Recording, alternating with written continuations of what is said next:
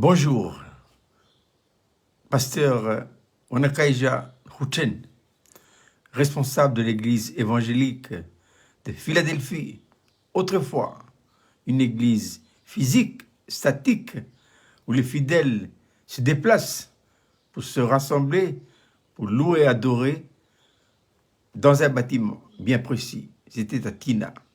Aujourd'hui, depuis le 1er septembre de cette année, nous sommes passés d'une église physique, statique, à une église numérique, virtuelle. Et ça, c'est sous l'ordre de Dieu. C'est Dieu qui a dit. Cela n'est pas venu dans la tête du pasteur, non, c'est Dieu qui l'a dit. Et quand c'est Dieu qui a dit, nous sommes tenus d'obéir. Alors que j'ai donné cette petite vidéo, la pensée qui m'est venue ce matin, alors que j'ai médité la parole, vient de l'apôtre Paul, qui dit ceci dans sa seconde lettre aux Corinthiens. 2 Corinthiens chapitre 2, verset 15. L'apôtre Paul dit ceci: nous sommes en effet pour Dieu la bonne odeur de Christ, parmi ceux qui sont sauvés et parmi ceux qui périssent. Une bonne odeur, un parfum qui est agréable à Dieu. Et que faut-il faire pour pouvoir dégager autour de nous, dans nos lieux de travail, dans notre foyer et partout où nous allons, la bonne odeur de Christ? Eh bien, laissez Dieu devenir notre vie.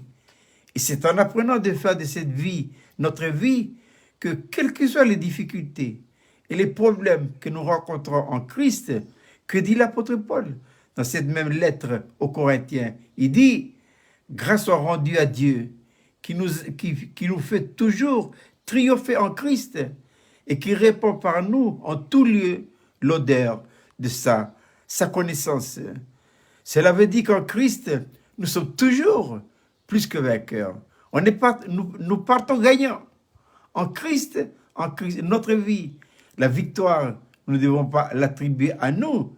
Non, non. La victoire, nous devons l'attribuer à Christ. Nous sommes plus que vainqueurs en Jésus-Christ. Et aucune situation, aucune épreuve, aucune difficulté de la vie ne peut nous arrêter. Nous sommes vainqueurs en Christ. Et je pense à cette belle promesse que le Seigneur a donnée à ses disciples. Parce que nous n'avons pas à lutter contre la chair et le sang. Nous avons à lutter contre les forces du mal qui s'opposent de toute leur énergie contre le beau message de la croix. Cramponnons-nous à ce message-là. Il ne faut pas lâcher.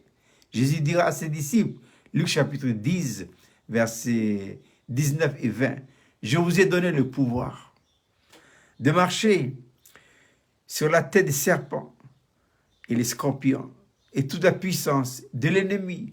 Et rien ne pourra vous nuire. Ne craignons rien. En Christ, nous sommes plus que vainqueurs. » Je répète, quelles que soient les situations et les épreuves de la vie, il faut y aller de fond, il faut y aller de face, il faut y aller en bout.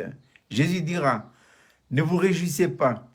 Cependant, ne vous réjouissez pas de ce que les puissances vous sont soumises, mais réjouissez-vous plutôt de ce que vos noms sont écrits dans les lieux célestes.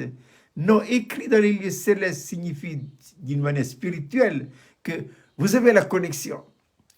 Quand on a la connexion sur Internet, eh bien ça passe. Connexion au débit.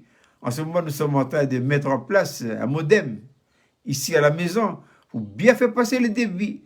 Mais on va mettre un modem haute définition. Ah non, on ne bricole pas. Hein? Avec le Seigneur, on ne bricole pas. On met le haut débit. Le témoignage qu'il n'y a plus d'interruption. Qu'est-ce qui coupe la connexion spirituelle? C'est le péché. Le péché est l'incrédulité. C'est pourquoi Dieu permet les difficultés, justement. C'est pourquoi faire. Le but, c'est pour maintenir la connexion. Donc, quelles que soient les époques et les situations de la vie, acceptez. Paul dit, j'ai appris à être content de l'état où je me trouve.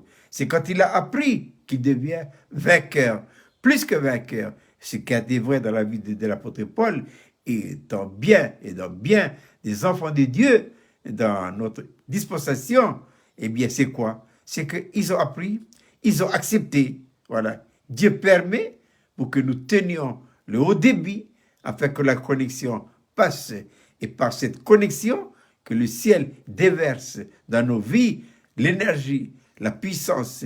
Ce n'est pas notre énergie à nous, ce n'est pas notre puissance à nous, c'est la puissance qui coule de celui qui est assis